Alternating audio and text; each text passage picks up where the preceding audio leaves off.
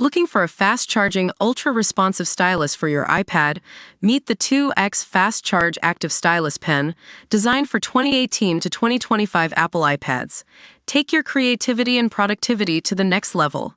Click the link in the video description to shop now on Amazon.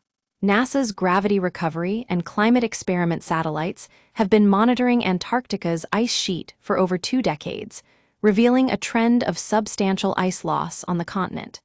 But in recent years, something unexpected has happened. Antarctica has gained some of that lost ice back.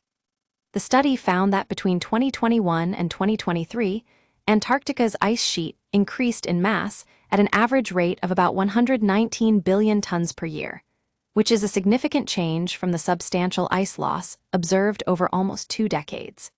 This trend was driven by an anomaly in precipitation patterns, where heavy snowfall caused more ice to form on the continent. But don't get too excited. This isn't a sign that global warming and climate change have miraculously reversed. According to Tom Slater, a research fellow in environmental science at Northumbria University, almost all of Antarctica's grounded ice losses come from glaciers elsewhere, which are speeding up and flowing into the warming ocean. So while the recent snowfall has temporarily offset these losses, they haven't stopped, so it's not expected this is a long-term change in Antarctica's behavior. It's also worth noting that climate change doesn't mean that everywhere on Earth will get hotter at the same rate.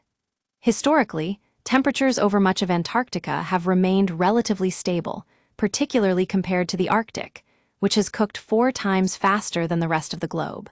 And despite this, Antarctic sea ice has been much more stable relative to the Arctic, but that's been changing in recent years.